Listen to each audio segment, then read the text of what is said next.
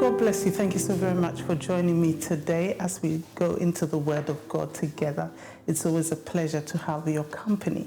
Today we're going to be looking at Ecclesiastes 7 and 14, which says, when times are good, be happy.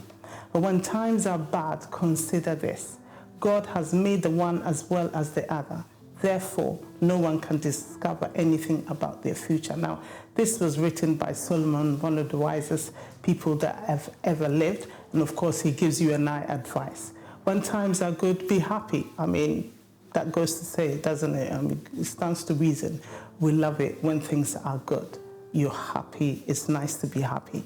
But he says this, but when times are bad, I would have thought he would have said, when times are bad, be sad, because that is our natural instinct. When things are bad, we are sad. But he uses this term, says, consider this. In other words, when times are bad, you need to pause. We need to take a little bit of time and think about the situation in which we find ourselves in. He says, God has made the one as well as the other.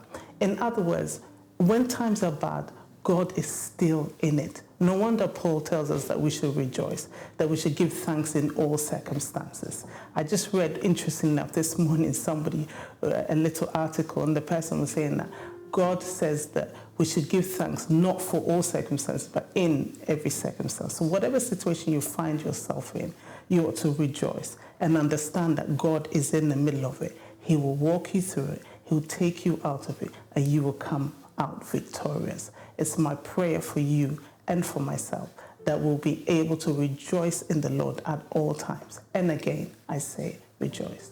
Thank you once again for joining me.